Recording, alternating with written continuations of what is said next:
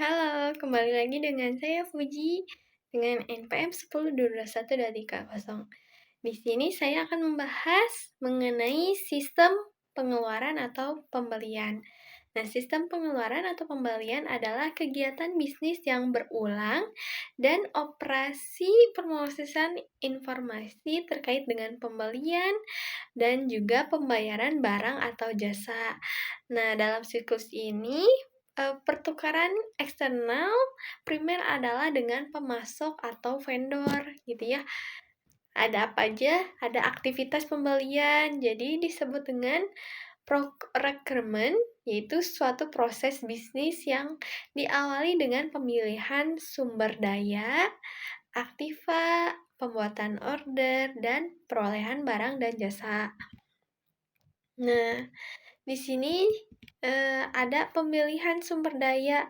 Maksud dari pemilihan sumber daya yaitu aktivitas yang dilakukan di bagian pembelian untuk memilih jenis sumber daya yang dibutuhkan atau diminta.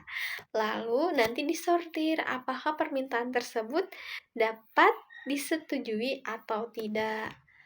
Selanjutnya, nanti kita akan melakukan pemilihan pemasok. Jadi nanti pada proses pemilihan nanti ada pertimbangannya gitu ya. Seperti yang pernah saya jelaskan di video sebelumnya, yaitu mengenai proses pemilihan yang barang atau jasa yang berkualitas sehingga bisa menguntungkan bagi perusahaan, dan itu juga telah disepakati bersama gitu ya. Terus nanti akan ada evaluasinya. Evaluasinya itu membandingkan beberapa pemasok yang sejenis yang menyediakan barang gitu ya. Terus nanti dilanjut lagi akan ada menerbitkan pesanan pembelian. Nanti di sini akan ada identifikasi pemasok dan informasi barang yang dipesan, jumlahnya, tanggal pengiriman, terus jangka waktu pengiriman dan jangka waktu pembayaran yang diinginkan oleh perusahaan. Selanjutnya, nanti akan ada penerimaan barang dari vendor ke kita. Nanti diterima barangnya. Apabila sudah sesuai, maka akan dibuatkan laporan penerimaan barang gitu ya. Nanti si barang itu akan dikirimkan lagi di perusahaan kita itu. Dikirimkannya kemana? Dikirimkan ke gudang atau ke persediaan atau penyimpanan. Atau dengan kata lain, dokumen dipersiapkan nih. Jadi item per barangnya itu apa aja gitu. Kalau mungkin di perusahaan besar itu biasanya suka ada scan barcode gitu ya. Nah, selanjutnya lagi ada verifikasi faktur. Nah, ini fakturnya itu biasanya harus diperiksa gitu ya. Diperiksa, dicocokkan dengan kondisi barangnya. Kalau mungkin di Shopee biasanya itu ada video unboxing.